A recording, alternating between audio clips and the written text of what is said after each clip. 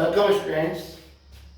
आपने कल पढ़ा था, इससे पहले वाले वीडियो में पढ़ा था कि tenses based active and passive voice के भर बदलने के नियम प्रेजेंट टेंस में। आज आप आएंगे पास्ट टेंस में कि जो पास्ट टेंस के वाक्य होते हैं उनमें हम भर कैसे चेंज करते हैं एक्टिव से पैसिव में।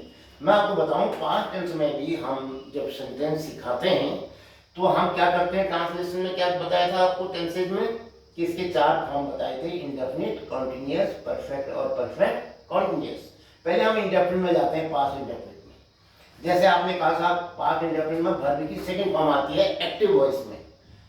प्लेड आएगा, रोट आएगा, और इस प्लेड और रोट में डिड छिपा रहता है। ये जो इधर को डिड लिखा है मैंने, इसका अभी इससे कोई संबंध नहीं है। अभी ये डिड छिपा होता है। ये किस काम आएगा? नेगेटिव बनाने और इंट्रोगेटिव बनाने में। और यहाँ पर हम क्या करते हैं, प्लेड का जब पैसिव वॉइस बताएंगे, ऑब्जेक्ट को आगे लाएंगे, सब्जेक्ट को पीछे ले जाएंगे, तो प्लेड का वॉच प्लेड हो जाएगा या वेल प्लेड हो जाएगा। और रोड का क्या हो जाएगा बताइए? वॉज रिटर्न, या और क्या हो सकता है? Well return. अब लेटर्स हैं, है ना? सी राइट द लेटर्स, तो the letters were written by her, क्योंकि लेटर ज्यादा होंगे ना, तो लेटर ज्यादा होंगे तो वेर रिटन हो जाएगा। तो ये आपने पढ़ा। जैसे मैं एक एग्जांपल देता हूं, I played football. I played football, मैंने फुटबॉल खेला था। तो फुटबॉल को आगे लाओगे, फुटबॉल के साथ क्या आएगा? वॉज, फिर वर्ब की third form, football was played by me. दूसरा हमने कहा, सी रोट द लेटर्स। अब द लेटर्स ज्यादा है, एक नहीं है, प्लूरल में है। द लेटर्स के साथ क्या आएगा? वॉज रिटन नहीं आएगा, फिर क्या आएगा? Were written by her. सी पीछे जाकर के क्या हो जाती है? हर ऑब्जेक्टिव के, तो उसके आगे क्या लग जाता है? बाय के द्वारा, उसके द्वारा। तो ये इंडेफिनिट हो गया। इसका नियम क्या हो गया? फिर अब आपने कहा साहब इसका नियम हो गया वॉज वेर प्लस वर्ब की थर्ड फॉर्म। पैसिव वॉइस में थर्ड फॉर्म आती है, ये ध्यान रखेंगे आप।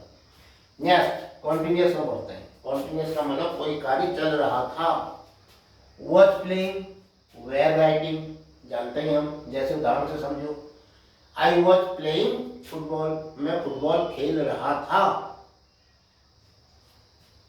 दे वे शी, अब वेर है तो शी के साथ तो आएगा नहीं, तो क्या लिखेंगे आप? दे लिखेंगे।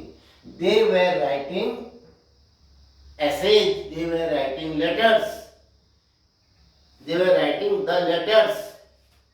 ज्यादा लोग हैं तो वेर आया। अब देखो, I was playing football, football को आगे लाओ पैसिव में, आई को पीछे ले जाओ। आई को जब पीछे ले जाओगे तो मी हो जाएगा। मी के आगे क्या लगेगा? इससे पहले क्या लग जाएगा सबका बताइए? बाई। ठीक है। अगर आप कहते हो यहां नहीं आएगा तो लो,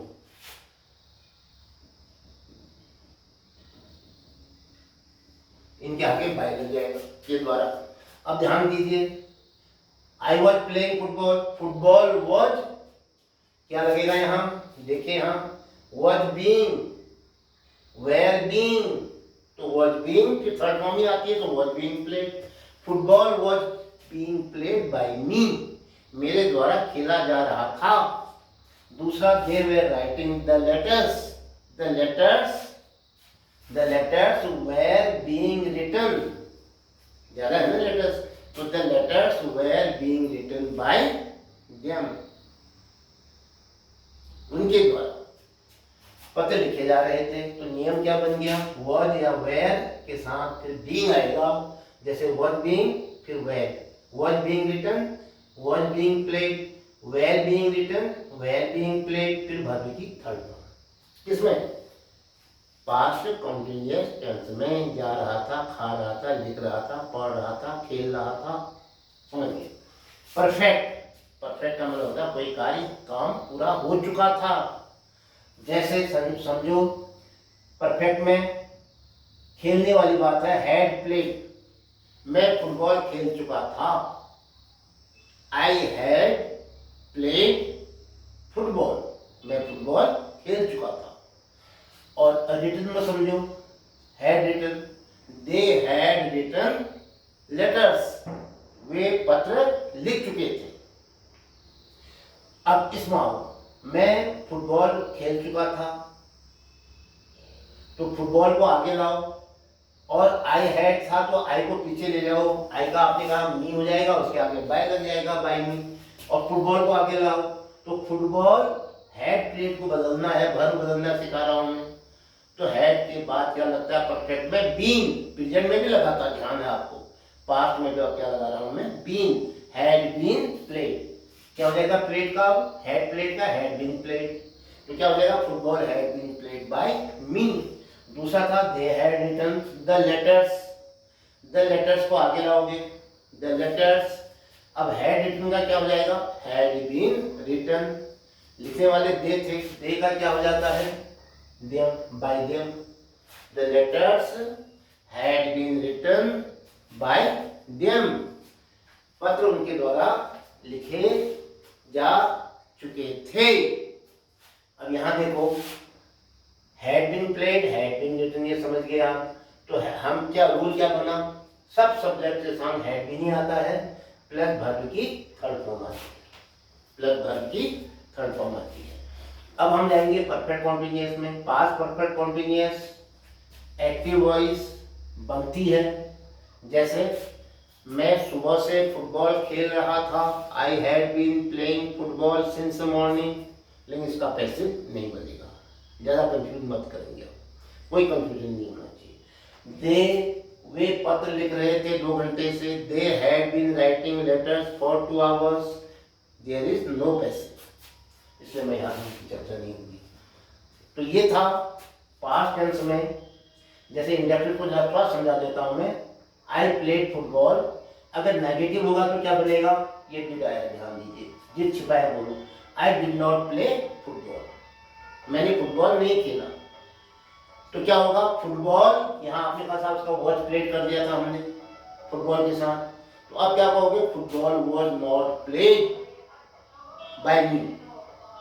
मैं कहता हूं क्या मैंने फुटबॉल खेला, यहां हो जाएगा क्या, did I play football, passive क्या हो जाएगा, यहां क्या है, वॉच, वॉच को उठाओ आगे रखो, वॉच फुटबॉल प्लेड बाय मी। हमेशा ध्यान रखिएगा, जब आपको असुविधा होती है, कठिनाई महसूस होती है इंट्रोगेटिव का पैसिव बनाने में, पहले उसको अफर्मेटिव बना लो, असर्टिव बना लो। असर्टिव बनाने में आपको अनुमान आ जाता है, उसका पैसिव भी आता है, तो भी हेल्पिंग वर्ब को उठाओ, आगे रखो या बीच में यहाँ पर रखनी है, उस हिसाब से नेगेटिव और इंट्रोगेटिव बना लो। तो ये बहुत जरूरी होता है इसका। तो कितना हो गया ये, 1 2 3 4, यहाँ तो अफर्मेटिव नेगेटिव इंट्रोगेटिव में 4 3 12, यहाँ क्या होगा 1 2 3, 3 3 9, 3 3 जा 9, और इसका 2 पैसिव है, तो 9 सेंटेंस यहाँ हो गए पैसिव के। तो इसके साथ ही मुझे उम्मीद है कि आप लोग कुछ समझ रहे होंगे रूल्स को। अगर रूल्स आ जाते हैं तो फिर पैसिव वॉइस बनाना आसान हो जाता है। इसके साथ ही आज पास्ट टेंस में एक्टिव से पैसिव बनाने में वर्ब कैसे बदलती है ये आपको समझाया। इसके साथ ही ये वीडियो समाप्त होता है। जय हिंद।